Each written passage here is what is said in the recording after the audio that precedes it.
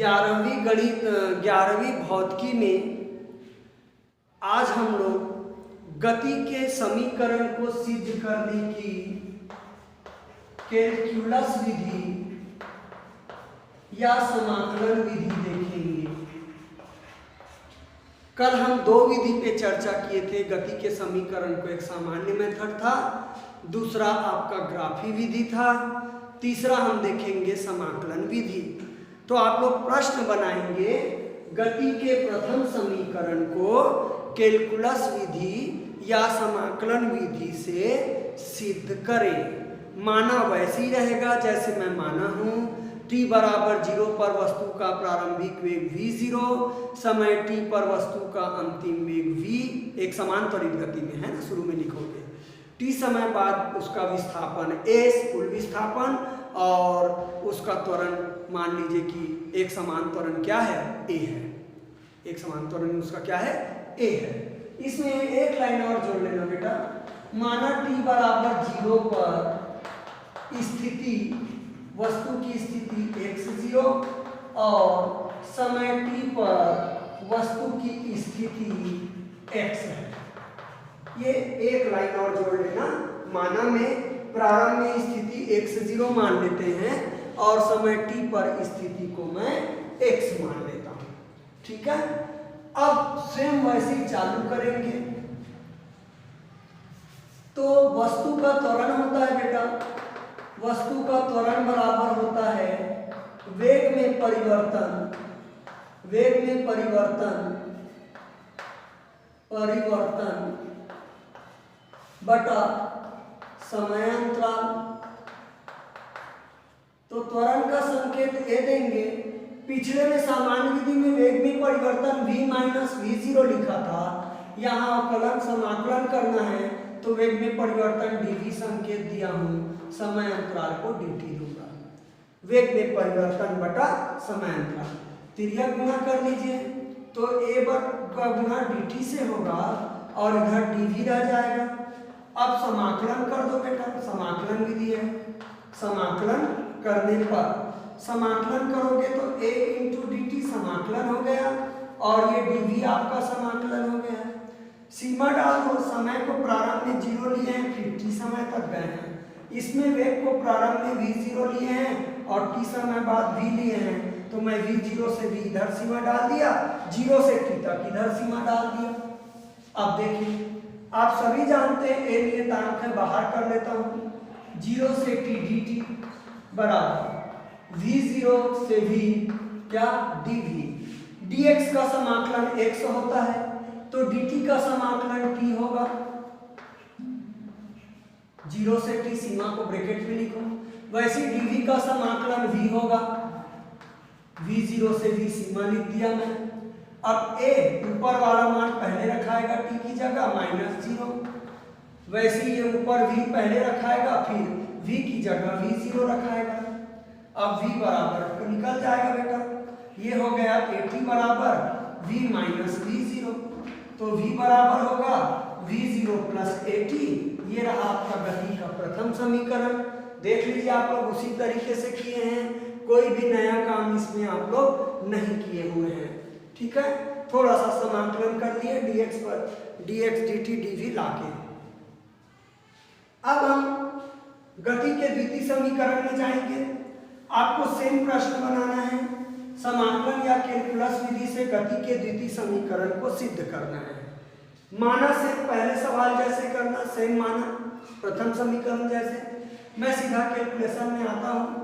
आप सभी जानते हैं वस्तु का वेग होगा, इधर से लिखता हूं बेटा, वस्तु का वेग होगा क्या, स्थिति परिवर्तन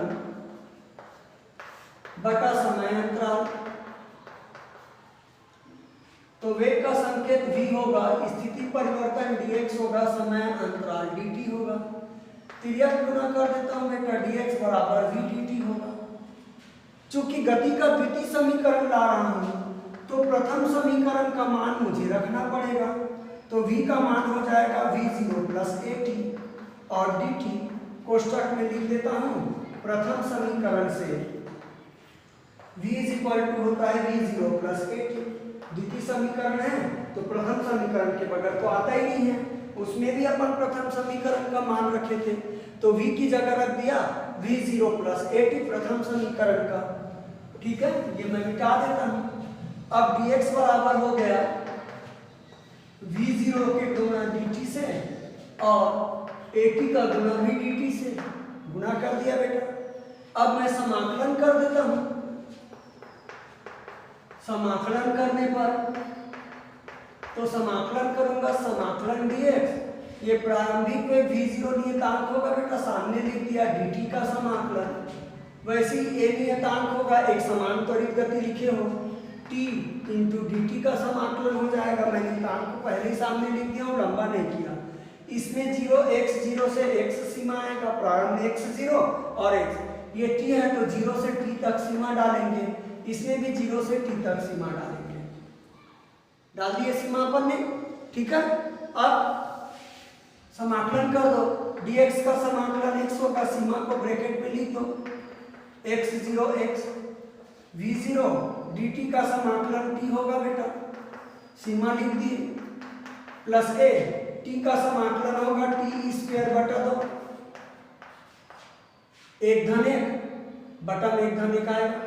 समाकलन करेंगे तो मान रख दीजिए x minus x0, v0 t minus 0, ऊपर वाला मान भी नीचे वाला, a बटा 2, बाहर कर दिया दो नियतांक। अब टी स्क्वायर बचा तो टी स्क्वायर में टी की जगह पहले टी रखेंगे, टी स्क्वायर, और 0 रखेंगे तो 0। x माइनस x0 बराबर हुआ v0 into T plus half a t square, half a t square. 0 का कोई मतलब नहीं, तो हम नीचे लाइन दिख नहीं रहा बेटा, थोड़ा सा मैं इसको फिर ऊपर लिख रहा हूँ। ठीक है, ये तो x माइनस x0 बराबर हुआ v0 इंटू टी, गुणा किए 0 कोई मतलब नहीं, plus half a t square. ये अंतिम स्थिति, प्रारंभिक स्थिति तो स्थिति परिवर्तन विस्थापन है, एस कर दिए v0 into T plus half a t square. आप चाहो तो कोष्टक में लिख सकते हो, जहां एस बराबर विस्थापन और x माइनस x0 है इसका मान। ठीक है, जो मैंने ब्लॉक किया वो रहा आपका गति का द्वितीय समीकरण, s is equal to v0t plus half a t square, गति का द्वितीय समीकरण है। अब हम प्रूव करेंगे समाकलन विधि से गति के तृतीय समीकरण को। तो आप लोग प्रश्न बनाएंगे, समाकलन विधि से गति के तृतीय समीकरण को सिद्ध करें। ठीक है, तो इसके लिए माना वही रहेगा, मैं आ जाता हूं वस्तु का त्वरण।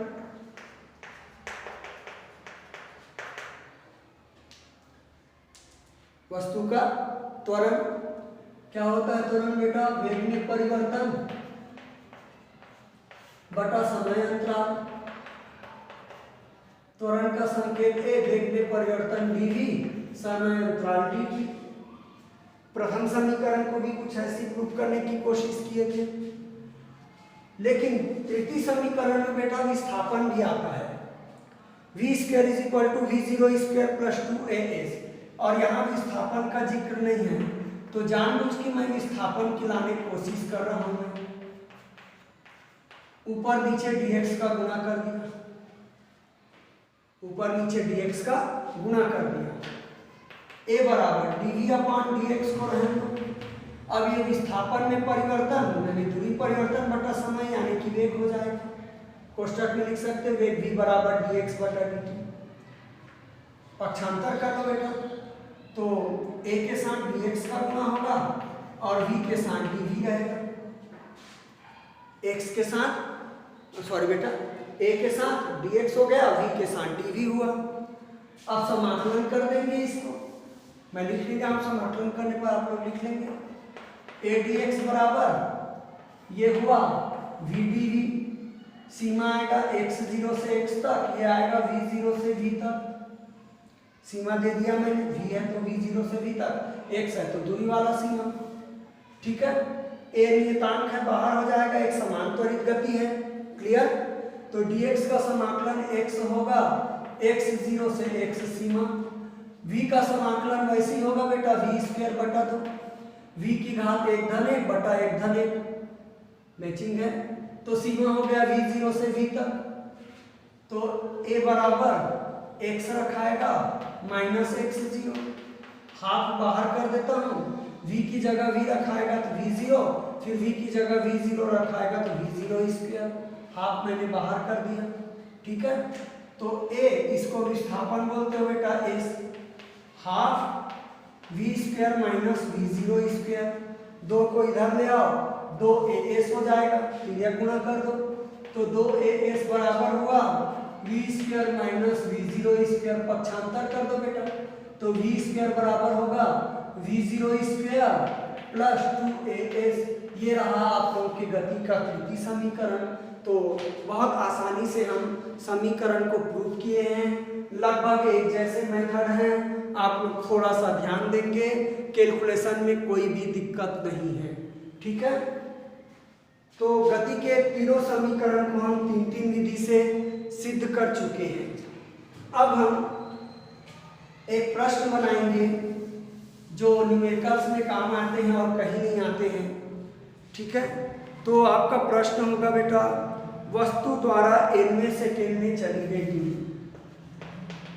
वस्तु द्वारा nवें सेकंड में, ये n है बेटा, हाँ, nवें सेकंड में चली गई दूरी के लिए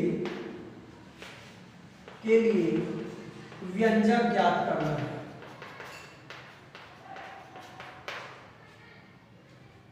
वस्तु द्वारा nवें सेकेंड में चली गई दूरी के लिए व्यंजक ज्ञात करना है। ठीक है, nवें सेकेंड का मतलब क्या हुआ बेटा? मान लीजिए कि 5वें सेकेंड में चली गई दूरी बोल रहा है, 5वें सेकेंड, 5 सेकेंड में चली गई दूरी और 5वें सेकेंड में चली गई दूरी में फर्क है। 5 सेकेंड में चली गई दूरी का हुआ 5 सेकेंड में बाद कुल कितनी दूरी तय चला है, मतलब सब शामिल हो गया, शुरू से लेके 5 सेकेंड तक, 1 सेकेंड बाद जितना चला, 2 सेकेंड के बाद जितना चला, सब शामिल है। लेकिन 5वें सेकेंड का मतलब हुआ 4 सेकेंड बाद जितनी दूरी चला है और 5 सेकेंड बाद जितनी दूरी चला है, दोनों को घटाएंगे।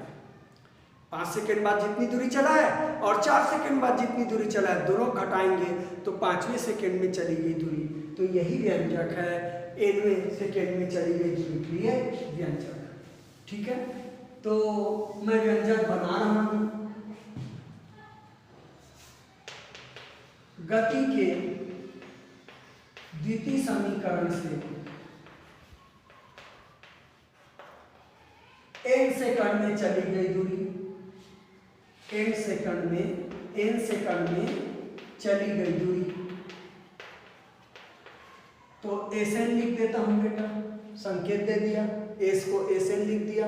ठीक है, तो ये आता है v0 इंटू टी,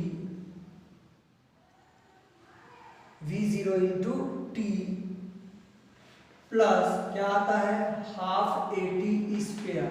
तो t की जगह मैं n रखूंगा बेटा, ये s कर देता हूं, ये गति का द्वितीय समीकरण है। अब मैं Sn कर देता हूं बेटा, समय की जगह n रख रहा हूं, tवें सेकेंड बोलता तो t ही रखता, अब ये nवें सेकेंड करके बोल दिया तो मैं n रख देता हूं समय की जगह, हाफ a n का वर्ग हो जाएगा t की जगह, समीकरण नंबर 1 दे दिया। अब n-1 सेकेंड में चली गई दूरी,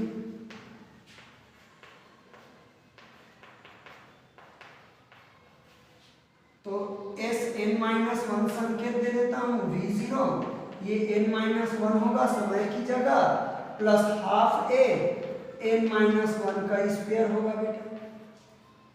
nवें सेकेंड में चली गई दूरी ज्ञात करना है, तो मैं n सेकेंड में चली गई दूरी का सूत्र लिख लिया और n-1 सेकेंड में चली गई दूरी का सूत्र लिख लिया, दोनों को लिख लिया। ठीक है, अब मैं nवें सेकेंड में चली गई दूरी निकाल लेता हूं। nवें सेकंड में चली गई दूरी, s दे देता हूं संकेत, जो भी दे दो संकेत कोई फर्क नहीं पड़ता, मैं AC दे दिया या S' दे दिया, चलो S पहले था तो दोनों को घटाऊंगा बेटा, Sn और Sn-1 को घटाऊंगा। 5वें सेकेंड में चली गई दूरी के लिए 4 सेकेंड बाद चली गई दूरी और 5 सेकेंड बाद चली गई दूरी घटाऊंगा तो ये n सेकंड है, n-1 मतलब उससे पहला वाला है, तो दोनों को मैं घटाऊंगा। एस डेस बराबर Sn का मान है v0 into n plus half a n square a into n square minus Sn का मान देखो बेटा n-1 का v0 n-1 plus half half a n-1 का स्क्वायर। तो ये दोनों समीकरण 1 और 2 का जो मान है उन दोनों को हम घटाएंगे। ठीक है, क्लियर? ये मैं मिटा देता हूँ। तो एस डेस बराबर हुआ बेटा v0 into n plus half a n square minus, इसको गुणा कर देता हूँ, v0 का गुणा n से v0 into N minus v0 का गुणा 1 से v0 प्लस हाफ a, यहाँ सूत्र होगा बेटा a का वर्ग धन b का वर्ग ऋण 2ab, a ऋण b पूरे के वर्ग का सूत्र लगा दिया, b की जगह 1 है, ध्यान दे देंगे। एस डेस बराबर v0 into n plus half a n square, गुणा करता हूँ बेटा माइनस का, माइनस v0 n हुआ माइनस माइनस प्लस v0 हुआ minus half a n square plus 1 minus 2n, गुणा कर दिया बेटा माइनस का, यहाँ माइनस हाफ a करके। ठीक है, तो ये v0 n तो कट गए।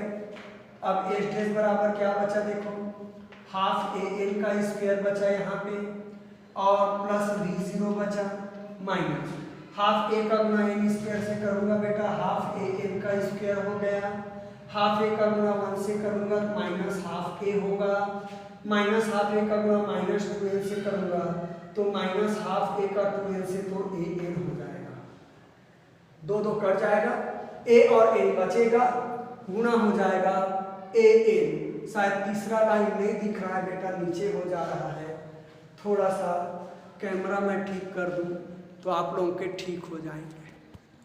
कैमरे में थोड़ी सी प्रॉब्लम है शायद, ये मैंने लास्ट लाइन को कैप्चर कर लिया है। ठीक है, आप लोगों का ये हाफ a n स्क्वायर बचा, v0 बचा, माइनस का गुणा करके लिखा, माइनस और माइनस हाफ a करोगे 2 कट जाएगा, minus minus plus a n। ठीक है, तो इस प्रकार से अब आपका आ गया। अब देखो बेटा गुणा करने पे हाफ a n स्क्वायर भी कट जाएगा, प्लस में माइनस में, तो एस डेस बराबर हो गया v0 minus half a n plus a n, नहीं बेटा माइनस हाफ a है, n नहीं है, minus half a plus a n, तो एस डेस बराबर v0 माइनस हाफ। ठीक है, या प्लस हाफ कर देता हूँ, a को कॉमन कर देता हूँ, प्लस वाले को पहले लिखो बेटा n माइनस 1, तो ये 2 होगा, क्यों हाफ निकालना हो 2 कटेगा तो n ना हो के 2 होगा, हाफ a बाहर कर दिया माइनस 1। ये रहा आप लोगों का व्यंजन। टीवें सेकंड में या एनवें सेकंड में, टीवां सेकंड बोलेगा तो यहाँ n की जगह t आएगा, nवां सेकंड बोल दिया तो t की जगह n है आपका। ठीक है, तो इतना है मेरे ख्याल से। इसमें 2-3 हल्के फुल्के चैप्टर और रह गए हैं, टॉपिक और रह गए हैं, फिर हम इसके आंखिक प्रश्न को देखेंगे कल की क्लास में।